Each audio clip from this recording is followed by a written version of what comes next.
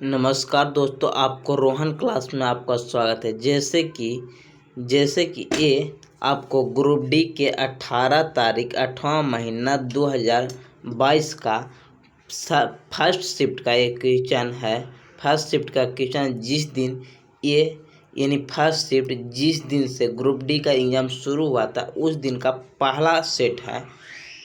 देखिएगा यहाँ लिखा हुआ है 18 तारीख 8वां महीना 2022 के 9 AM से 10:30 बजे तक, यानी फर्स्ट शिफ्ट के है ग्रुप डी का क्वेश्चन।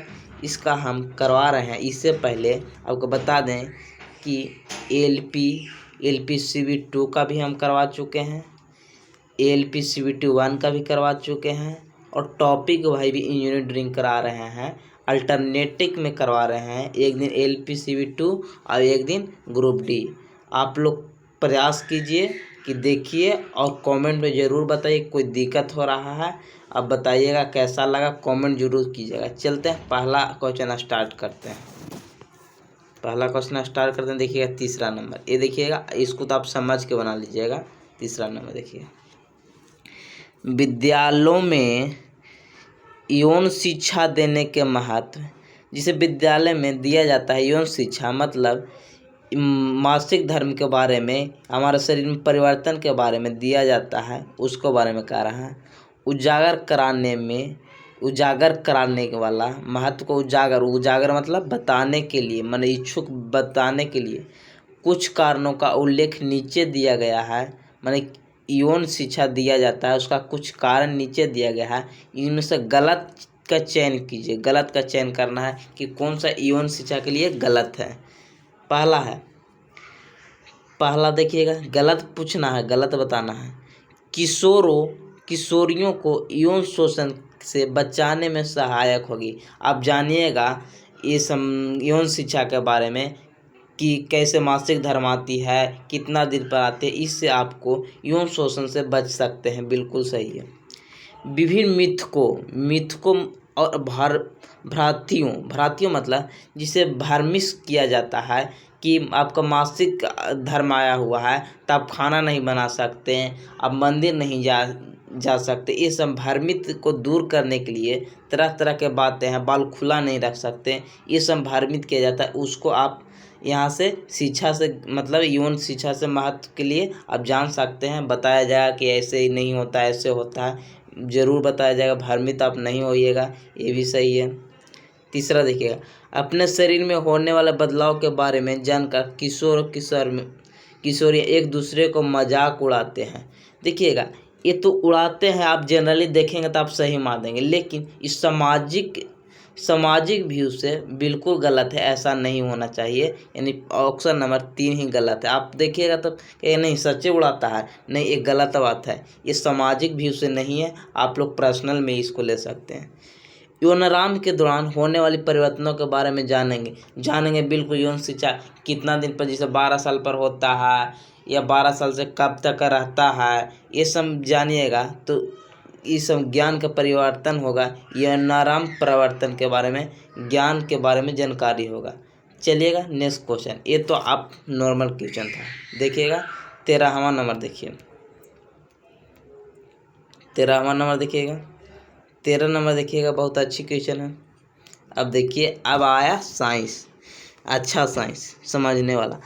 कोयले और पेट्रोलियम, कोयला तो आप देख ही रहे हैं, संक्षारण के लिए कोयला, पेट्रोलियम, पेट्रोल डीजल इस सब बचाने के लिए और कोयला बचाने के लिए, संरक्षण के लिए मतलब बचाने के लिए निम्नलिखित में से क्या किया जाना चाहिए। कैसे बचेगा ये कोयला, मतलब बचेगा नहीं, मतलब इसको मतलब कि कैसे हम संरक्षित कर सकते हैं, आगे चल कर भविष्य कम यूज कर सकते हैं, कैसे हम बचा सकते हैं। तो पहला बोल रहा है मानक तापदीप्त बल्ब, मन तापतीय दीप्त बल्ब हुआ जो 110 के जो 20 रुपये में ना मिलता था, जो गर्म देता था गर्म, उसका के स्थान पर CFL बल्ब का उपयोग नहीं करना चाहिए। तो आप जानते हैं कि जो गर्म वाला 110 का बल्ब रहता है उसको अपेक्षा CFL है, CFL कम बिजली लगाती है। आप जानते हैं कि कोयले से हमारा बिजली बन रही है भारत में, और उससे हम लोग बिजली बना रहे हैं और उससे अब तापीय 110 वाला बॉल लगा दिया, इतना कहते हैं कि ये वाला बॉलवा लगा दिया,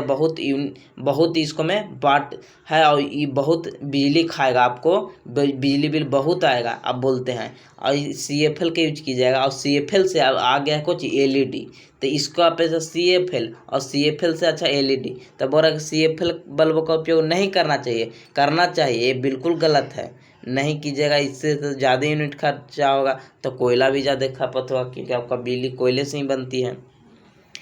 एयर कंडीशन या हीटिंग, एयर कंडीशन यानी AC हीटिंग सिस्टम को अत्यधिक उपयोग नहीं करना चाहिए। हाँ, एयर कंडीशन में आप AC चलाइएगा तो बिजली लगेगा, बिजली बनता है कोयला से, तो और हीटिंग सिस्टम मतलब आप हीटर लगा दीजिएगा, उसको पर खाना बनाइएगा तो बिजली ज़्यादा खपत होगा, उपयोग नहीं करना चाहिए। बिल्कुल सही, ऑप्शन नंबर 2 सही हो जाएगा, ऑप्शन नंबर 2 सही हो जाएगा।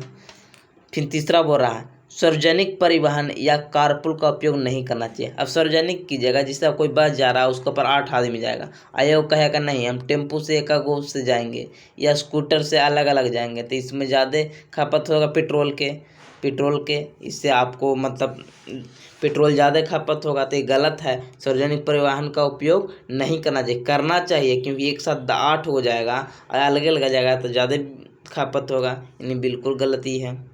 चौथा देखिए, सौर कुकर का उपयोग बिल्कुल भी नहीं करना चाहिए। सौर कुकर कीजिएगा तो ना कोयला लगेगा ना पेट्रोल लगेगा, सीधे प्रकाश से ही बन जाएगा और बहुत अच्छा, अगर नहीं करना चाहिए, बिल्कुल गलत, यानी ऑप्शन नंबर केवल 2 गलत सही है, ऑप्शन नंबर 2 सही है।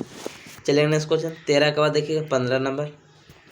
15 देखिएगा, 15 बोल रहा है एक लड़का था, एक लेंस का उपयोग, अब लेंस कौन लेंस अभी पता नहीं चल रहा है, लेंस का उपयोग करके दूरदर्शी वस्तु मतलब दूर वस्तु था, एक स्पष्ट प्रतिबिंब एक पर्दे पर फोकस करता है।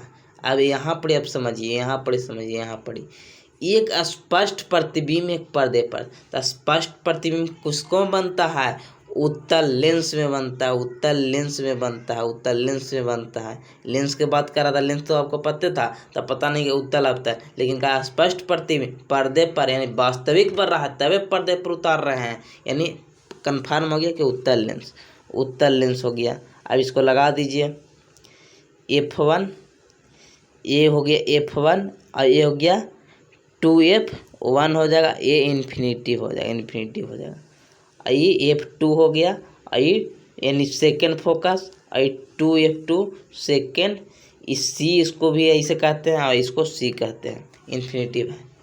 अब यहाँ चलिए, लेंस और पर्दे के बीच की दूरी लगभग, मतलब पर्दा बोला कि एक स्पष्ट प्रतिबिंब एक पर्दे पर फोकस करता है, तब पर्दे पर फोकस करेगा, यानी यहाँ फोकस कर रहा है, स्पष्ट पर्दे पर ही फोकस कर दिया, एफ पर कर दिया, तो लेंस और पर्दे के बीच की दूरी लगभग, तो ये लेंस है, लेंस के पॉइंट को क्या कहते हैं, मेन बिंदु को इसको प्रकाशीय बिंदु कहते हैं, प्रकाशीय, जैसे ध्रुव होता है दर्पण में, इसी तरह लेंस में प्रकाशीय बिंदु होता है।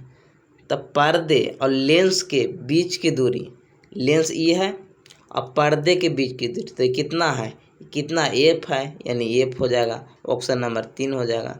अब कहता हम सेंटर द्वितीय फोकस के सेंटर के बीच और लेंस के बीच, तो 2F हो जाता है, यानी ऑप्शन नंबर 3 हो जाएगा। चलिए नेक्स्ट क्वेश्चन 15 के बाद देखिएगा 17 नंबर देखिएगा, बहुत अच्छी क्वेश्चन है। बोल रहा है कि नीचे दी गई तालिका पौधे और जंतुओं की संरचना और कार्य व्यवहार के बीच में अंतर को दर्शाती है। कौन सा विकल्प गलत प्रश्न को दर्शाता है, कौन सा प्रश्न गलत प्रश्न को दर्शाता है, ये बोल रहा है। देखिए गलत कौन है, पौधे की तरफ है, ये प्राणी है, ये अचल रहते हैं, पौधा माने एक जमा खड़ा रहता है। कभी देखे हैं कि आज आम के पेड़ यहाँ था कल चल गया गंगा घाट, ये तो नहीं देखेंगे, यानी अचल रहते माने एक जगह ही रहते हैं।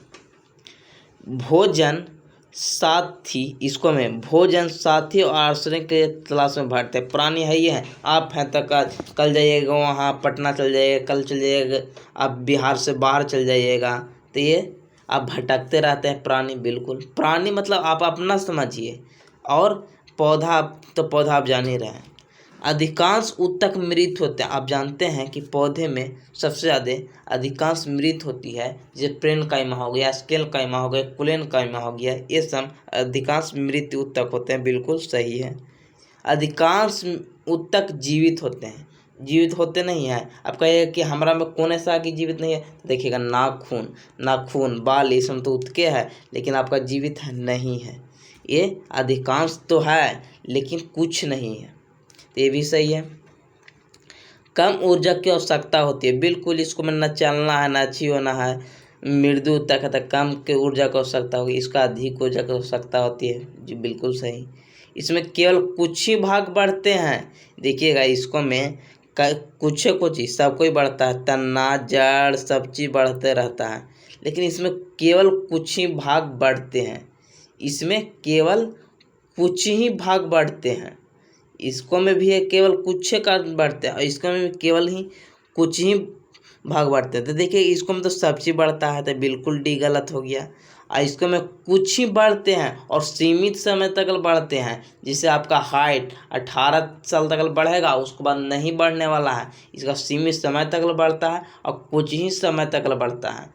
या इसका कुछ ही भाग बढ़ता है, इसको सब चीज भाग बढ़ता है, जड़ तना ये सब कुछ बढ़ता है, कुछ नहीं। और इसको कुछ ही बढ़ते हैं और लिमिट समय तक बढ़ते हैं। यानी ऑप्शन नंबर डी गलत हो गया।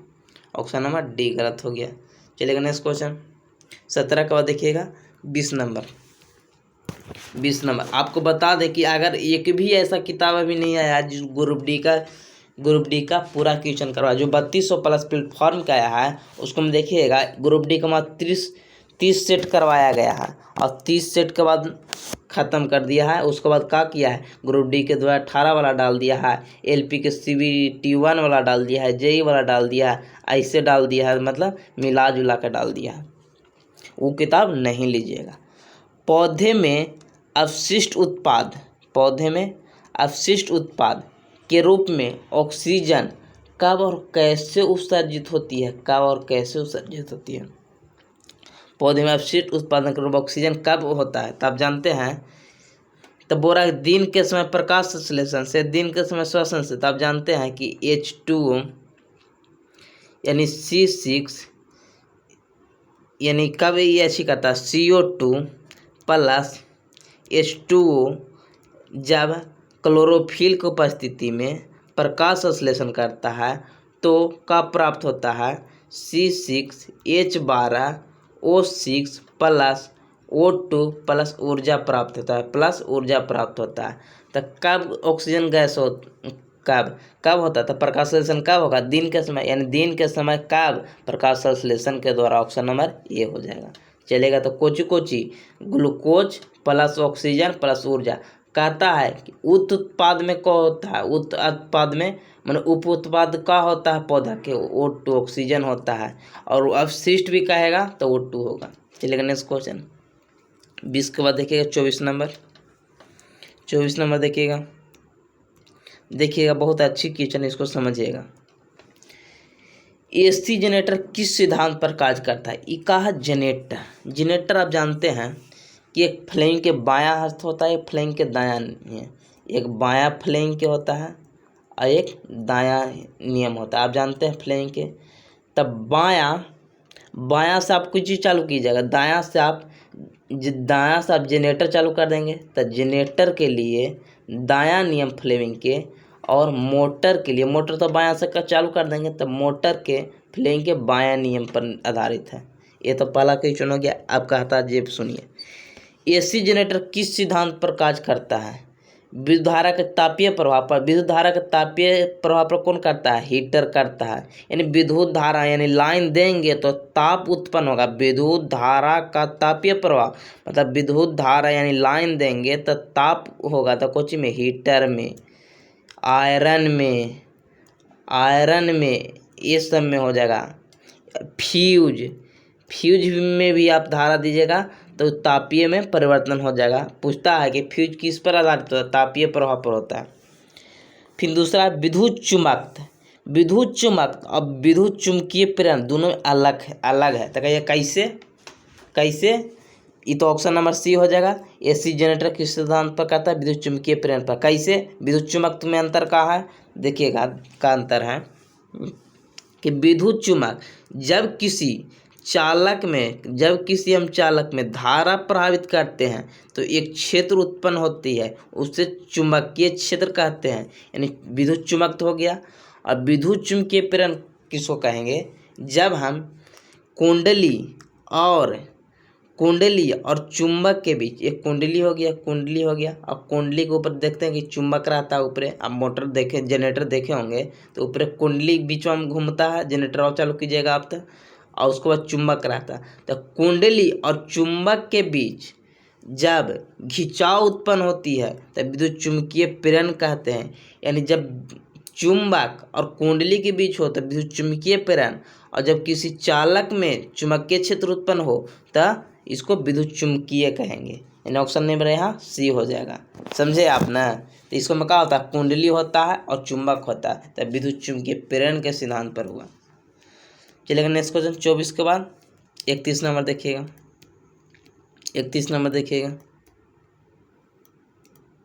31 नंबर आपको हम बता दें पूरा आपको हम शिफ्ट करवाएंगे 90 135 शिफ्ट है, 135 की 105 शिफ्ट है, हमारा पता नहीं, लेकिन 100 से करवा देंगे आपको, आप निश्चित रहिए।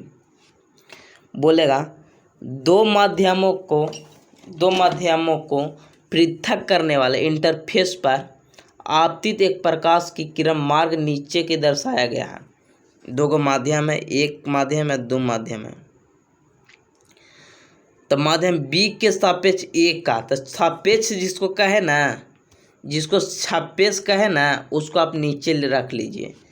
तब वो रहा दो माध्यम है, एक माध्यम और बी माध्यम, ठीक है।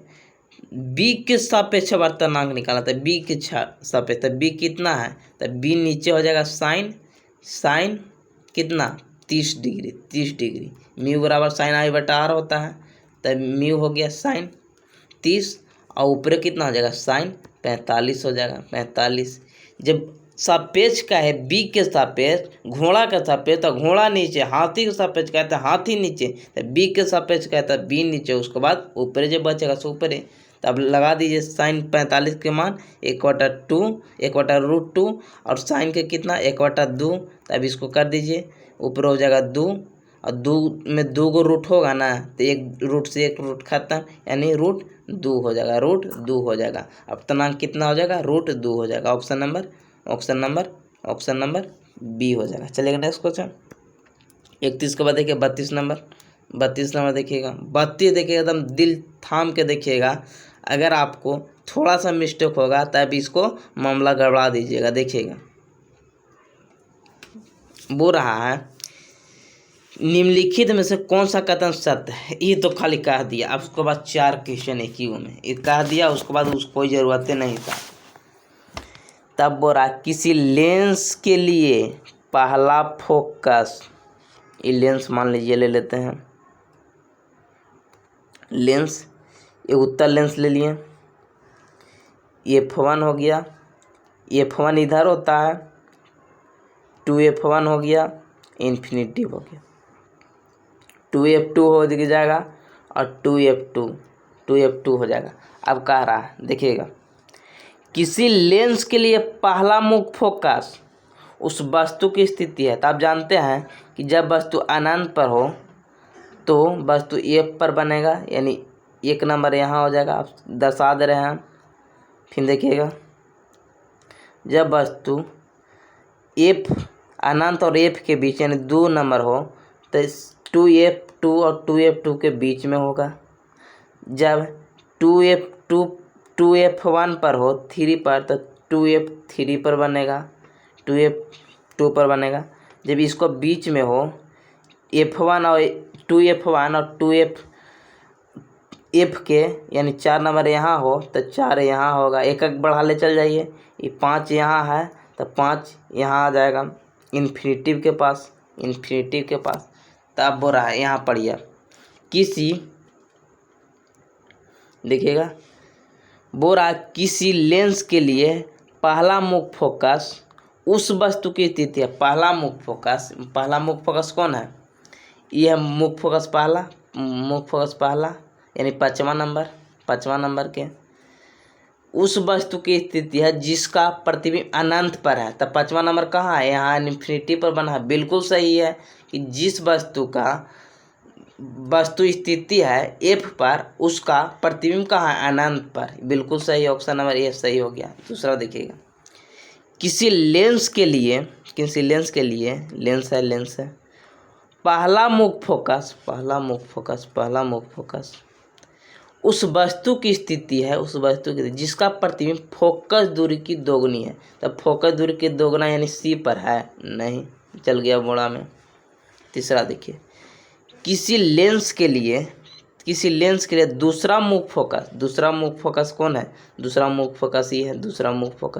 ई ना कहिएगा 2F, तो ये तो सेंटर हो जाता है। ये पहला मुख्य फोकस ये है, अब पहला ही केंद्र है और दूसरा केंद्र, ये पहला फोकस है, ये दूसरा फोकस है।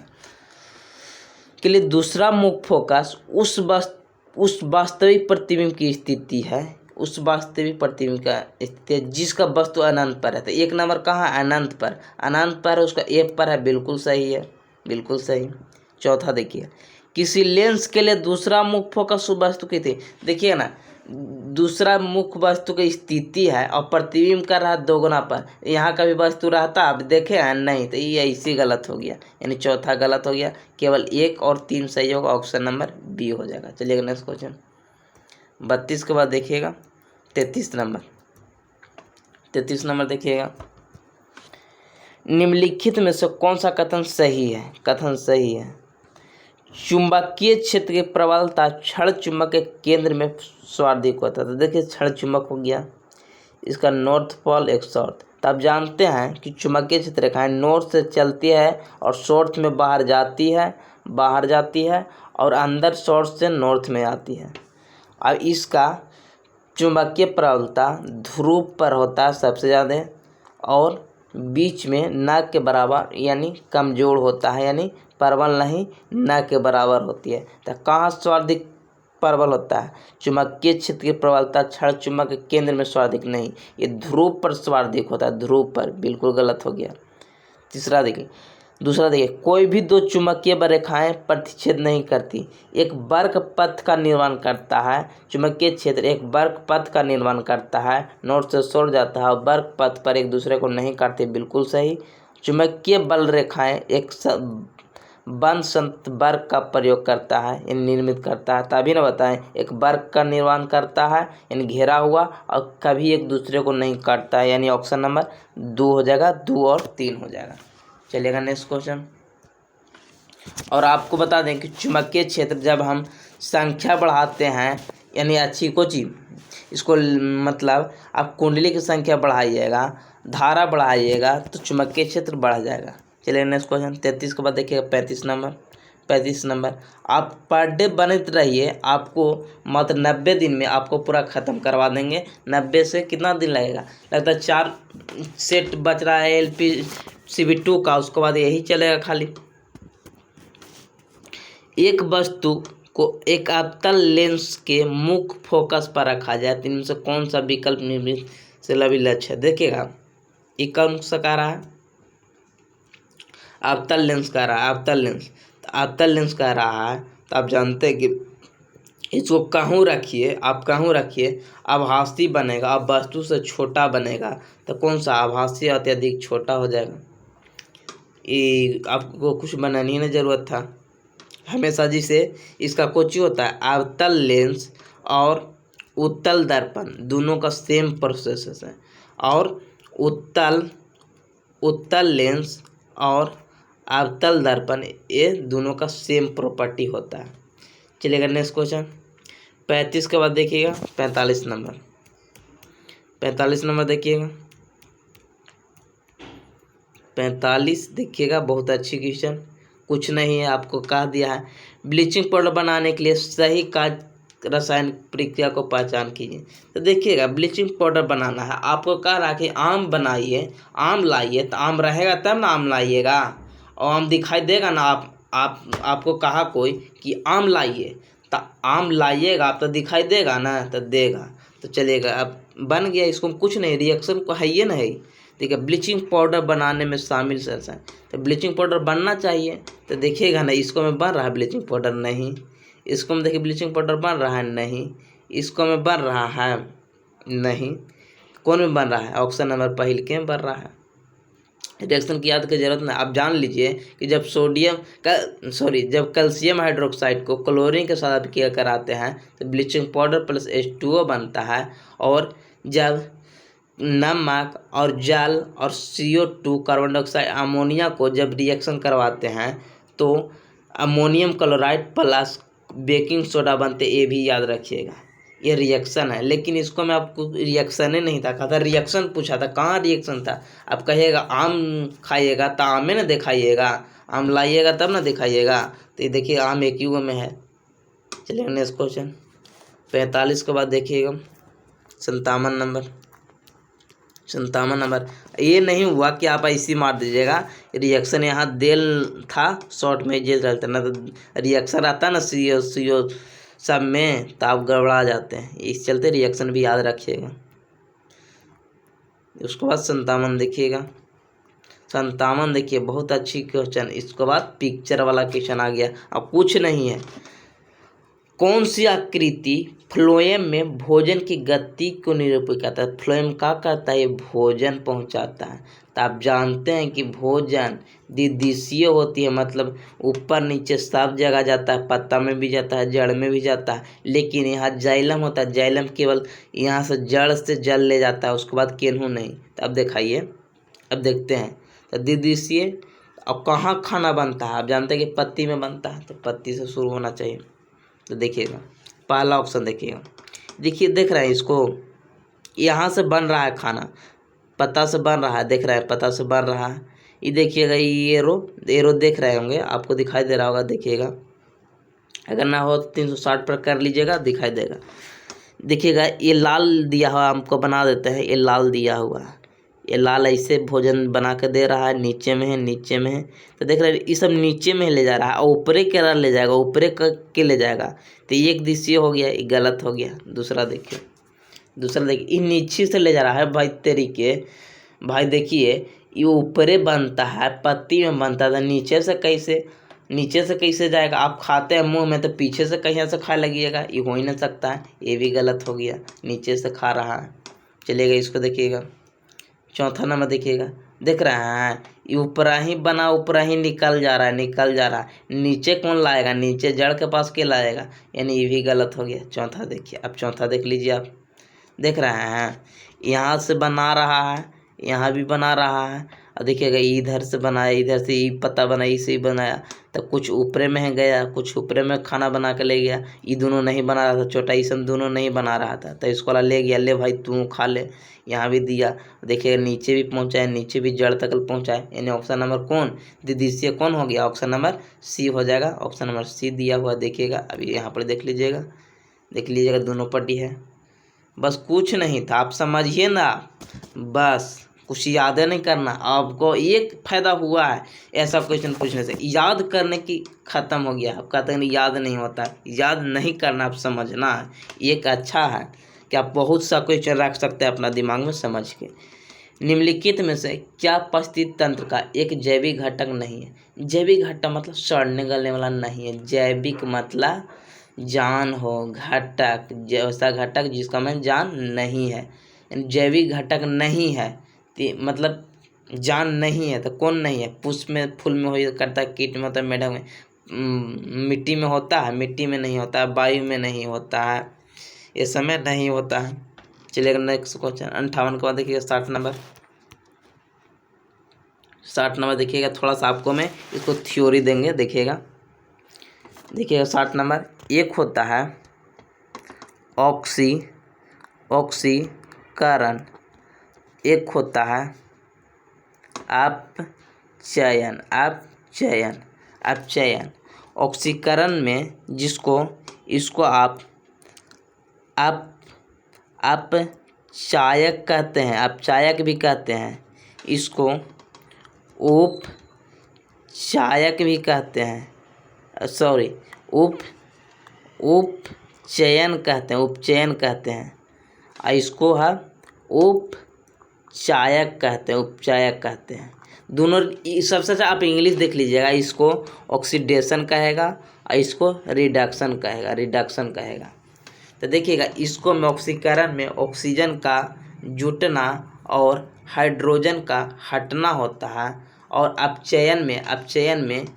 अपचयन या उपचायक कहिए, इसको में हाइड्रोजन का जुटना ऑक्सीजन को हटना होता है। अब यहाँ पर आप समझ लीजिए, हो गया यहाँ पर। अब यहाँ देखिएगा बोल रहा है, अब कह रहा सही पहचानिए, यदि कोई पदार्थ किसी अभिक्रिया के दौरान ऑक्सीजन का त्याग करता है, ऑक्सीजन का त्याग, ये ऑक्सीकरण हो गया ये, और ये अपचयन हो गया, अपचयन। तो इसको में O2 जुट रहा था, कुछ में ऑक्सीकरण में O2 जुट रहा, हाइड्रोजन हट रहा था। इसको में क्या हो रहा था, हाइड्रोजन जुट रहा था और इसको में ऑक्सीजन हट रहा था। देख रहे हैं, यदि कोई पदार्थ में ऑक्सीजन त्याग करा, इसको में जुटता है, इसको में त्याग करता है, इसको देखिए माइनस यानी घट रहा है, तो ये हो गया, तो उससे अपचयित कहते हैं। बिल्कुल सही है, अपचयित कहते हैं। अब यहाँ देखिए, यदि कोई पदार्थ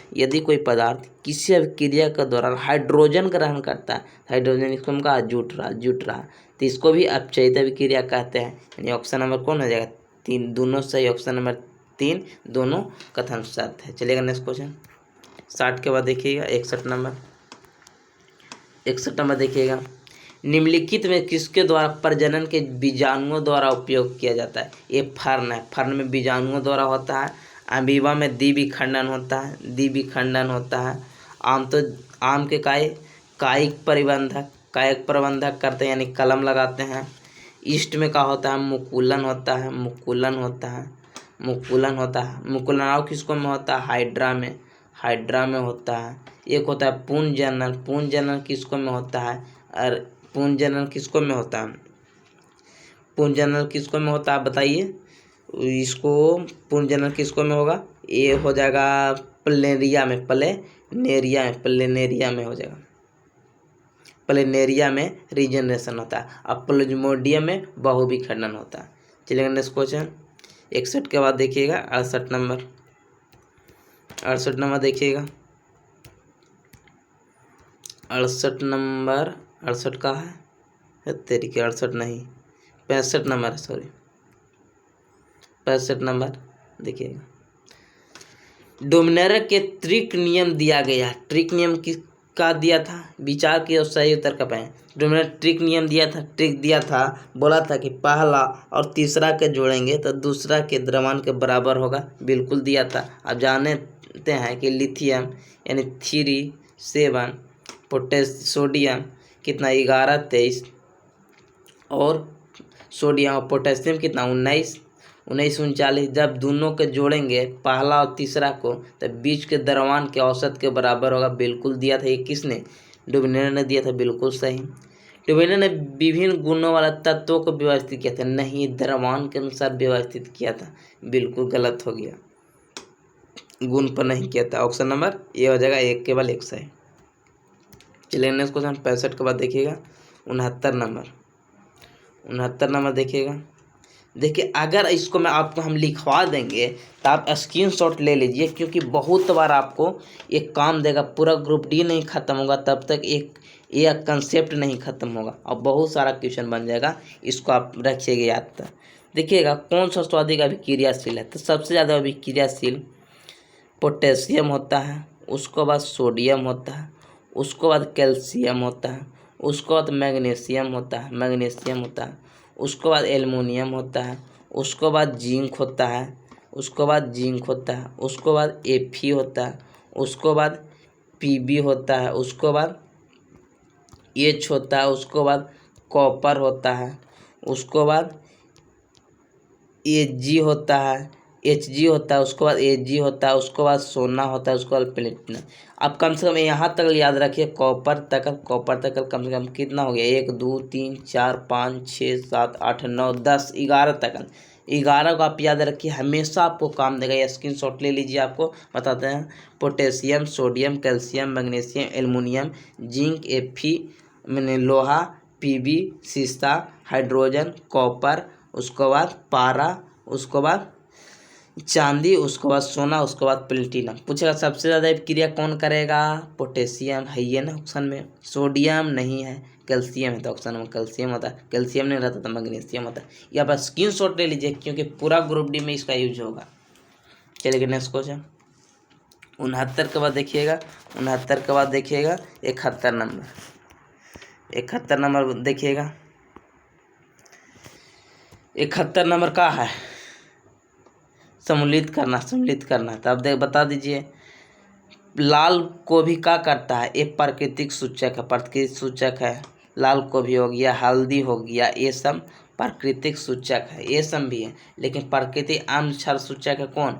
लाल को भी, हल्दी हो गया, ये सब प्राकृतिक सूचक है। ऑप्शन नंबर सी हो जाएगा।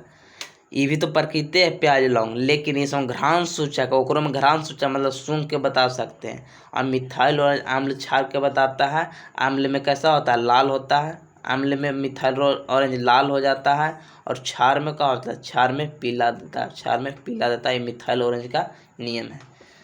चलेगा नेक्स्ट क्वेश्चन, यानी मिथाइल को चाहिए, आम्ल को लाल कर देगा और क्षार को पीला कर देगा, तो कौन हो जाएगा? मिला लीजिए, इसको मिला लीजिएगा। पहिल का कितना हो जाएगा? पहिल का के सी हो जाएगा, पहिल का के सी, दूसर का के बी और तीसर का के ऑप्शन नंबर ए हो जाएगा। चलिए नेक्स्ट क्वेश्चन। उसके बाद देखिएगा 77 नंबर देखिएगा। 77 देखिए, इसको हम कुछ नहीं करना। एक होता है आयनिक बंधन होता है, एक होता है सहसंयोजिक बंधन। आयनिक बंधन में हम नमक के बात रखिए, नमक के बाद, और इसको में सहसंयोजिक में इसका उल्टा याद रखना है बस। और यहाँ पर आयनिक में नमक। तो पूछ रहा है सहसंयोजिक का समान निम्न से कौन सा गुणधर्म प्रदर्शन नहीं करता है? मतलब सहसंयोजिक का गुण नहीं रखता। इसको में आप दारू के रख सकते हैं, यानी मीथेन के रखिए या दारू के, इसको दारू रख लीजिए। ये दारू के बात कीजिएगा सहसंयोजक में, और इसको नमक के बात कीजिएगा, नमक के। तो देखिएगा सहसंयोजक ये इलेक्ट्रॉन की साझेदारी से बनते हैं, बिल्कुल सही। कौन सा नहीं है? तो ये बिल्कुल सही है। इसको नमक में कहा आयनिक बंधन है, इसको में कुछ साझेदारी होता है, बिल्कुल सही। ये समानता आयन नहीं बनाता है, ये बनाता है तो नहीं बनाएगा, बिल्कुल सही। ये कार्बनिक विलय में विलय नहीं होते हैं। आप बताइए, इसको तो विलय होता है, एक कार्बनिक में नहीं। अब नमक देखे हैं तो नमक काची में H2 यानी जल में, और जल को अकार्बनिक है, तो ये अकार्बनिक में विलय है, तो कार्बनिक में विलय होना चाहिए। तो यानी ये गलत है, और गलते पहचाना, तो ऑप्शन नंबर 3 हो जाएगा। ये विद्युत और ऊष्मा के कुचालक होते हैं। आप जानते हैं कि नमक विद्युत ऊष्मा कुचालक होते हैं, और ये भी कुचालक होता है, दोनों कुचालक होता है, यानी ये भी सही है। कुचालक दोनों होगा। और गलित अवस्था में कहेगा तई कुछ सुचालक होगा, लेकिन आयनिक बंधन जनरली कुचालक होता है। तो कुचालक दोनों होता है, लेकिन गलित अवस्था में ये सुचालक हो जाता है। ऑप्शन नंबर 3 सही हो जाएगा, यानी गलत पहचाना था, ऑप्शन नंबर 3 हो जाएगा। 77 के बाद देखिएगा 81 नंबर। अब ऐसा एक ग्रुप डी का पैटर्न है कि आपको बार बार क्वेश्चन वही पैटर्न पर मिलेगा। आप पढ़ लीजिएगा 10 को, उसके बाद सब टिक टिका दीजिएगा। डोमिनेटर के त्रिक की उपलब्धि क्या थी? डोमिनेटर के त्रिक नियम क्या था? उनको कहा था कि तत्वों के गुणधर्मों के परमाणु द्रव्यमान के औसत का पहला के बराबर था। यही ना था कि ए और सी बगल में बी के बराबर होगा औसत द्रव्यमान, यानी ऑप्शन नंबर 3 हो जाएगा। चलिएगा नेक्स्ट क्वेश्चन 81 के बाद देखिएगा 84 नंबर। 84 देखिएगा, कुछ नहीं है। 84 बहुत अच्छी क्वेश्चन है। बोला मेरुरज्जु कहाँ पड़ी होती है? तो आप जानते हैं कि ये हो गया फोरब्रेन, एक मिड हो गया, हिंड हो गया, ये नीचे वाला मेडुला हो गया, यानी मेरुरज्जु हो गया, ऑप्शन नंबर 4। ये तो कुछ है ही नहीं था, ये आगे एकदम सीधा था, नीचे मेडुला दे दिया था, मेरुरज्जु दे दिया था। और इसका क्या है? ये क्या करता है? उल्टी इसम के नियंत्रण करता है मेडुला। चलिए नेक्स्ट क्वेश्चन 84 के बाद देखिएगा 88 नंबर। 88 नंबर देखिएगा। बोल रहा है दिए गए पदार्थ को एक तार की लंबाई आई है, प्रतिरोध आर है, उसका निर्मित पहले का 3 गुना, तार बराबर लिख दीजिए रो एल बाई ए, तो पहले के 3 गुना यानी 3 रो एल हो गया, और 2 गुना अनुप्रस्थ काट क्षेत्रफल यानी 2a हो जाएगा ई। तो टोटल परिवर्तन कितना के बराबर, प्रतिरोध इनमें से किसके बराबर हो जाएगा, तो इतना बड़ा कोची आर है तो 3/2 और ई गुने आर हो जाएगा, यानी आर बराबर कितना आ गया, आर ये R1 था तो R1 कितना आ गया 3/2 आर हो गया, ऑप्शन नंबर 3 हो जाएगा। चलिए नेक्स्ट क्वेश्चन 88 के बाद देखिएगा 95 नंबर। 95 देखिए बहुत अच्छी क्वेश्चन, इसको कुछ नहीं, अगर आप लास्ट तक बनते हैं तो आप जानते हैं कि लास्ट में अच्छी क्वेश्चन कभी कभी रहता है। निम्नलिखित में से कौन सा हेक्सेन का संभावित समव्ययी नहीं है। समव्ययी किसे कहते हैं कि सूत्र समान हो, यानी C6H14 हेक्सेन हो गया। हेक्सेन का सूत्र हेक्सेन CnH2n + 2 होता है, 12 2 14। संरचना सूत्र अलग अलग और सूत्र समान हो इसे समव्ययी कहते हैं। समविक नहीं कौन है तभी बताइए, 6 कार्बन है तो उसको मैं ज़्यादा का तो बात नहीं करा, खाली संरचना अलग अलग, तो कार्बन तो समान होना चाहिए। तो देखिएगा जुगाड़ देखिए, डाईमेथिल मेथिल यानी 2 गो मिथिल, तो 1 2 गो हो गया कार्बन, और ब्यूटेन कितना 4। आप जानते ना कि 1 मिथ होता है, 2 ईथ होता है, 3 पेंट होता है, 4 ब्यूट होता है, 5 पेंट होता है, 6 का होता है हेक्स होता है, 7 का होता है हेप्ट होता है, 8 के जो होता है ऑक्ट होता है, 9 का नॉन होता है, और 10 डेक होता है, 11 अनडेक होता है। कम से कम 11 तक याद रखिए। तो कह रहा था कितना डाई मिथाइल, तो 1 2 और 4 6 हो गया, बिल्कुल सही नहीं है। मेथिल कितना 1 गो, डाई नहीं लगल है 1 गो, और पेंट यानी 5 गो हो गया, 5 1 6 गो कार्बन यूँ हो गया। देखिए मेथिल 1 हो गया, यहाँ 5 हो गया, पेंट 6 गो। यहाँ देखिएगा एथिल कितना है 2 गो, तो 2 हो गया, 5 7 हो गया, ऑप्शन नंबर यही गलत हो गया, यानी समावित यही गलती हो गया। 95 के बाद देखिएगा 97 नंबर। 97 बहुत हल्की क्वेश्चन है, देखिएगा बोरा ए और बी के बीच प्रतिरोध ज्ञात करना है। तो ए बी कितना हो गया, इस समान इस श्रेणी क्रम में दोनों है, क्योंकि एक ही तार में है तो ये 6 हो गया, ये 6 अब हो गया, और ये 3 हो गया समांतर क्रम में, तो 1/6 + 1/3 कितना हो जाएगा 100 LCM 1 + 2 हो जाएगा, यानी 2 1 3 यानी 3, यानी ऑप्शन नंबर 4 हो जाएगा, यानी कितना बार में 3/6 यानी 2 बार में। चलिए नेक्स्ट क्वेश्चन, एक अशक्ति किसके बराबर है। पहला ऐसा क्वेश्चन मिला जो कार्य समय से था, कार्य से था, शक्ति से था। पहला क्वेश्चन मिला 746 वाट। इसके बाद आपको ये नज़र नहीं आने वाला है। जय हिंद जय भारत। सब्सक्राइब कीजिए, लाइक कीजिए और शेयर कीजिए, और है नहीं लाइक कीजिए, सब्सक्राइब कीजिए, शेयर कीजिए, कमेंट कीजिए, और आप अपना दोस्तों को शेयर कीजिए। और पूरा ग्रुप डी हम करवाने वाला है, आपको कैसा लगा। जय हिंद जय भारत।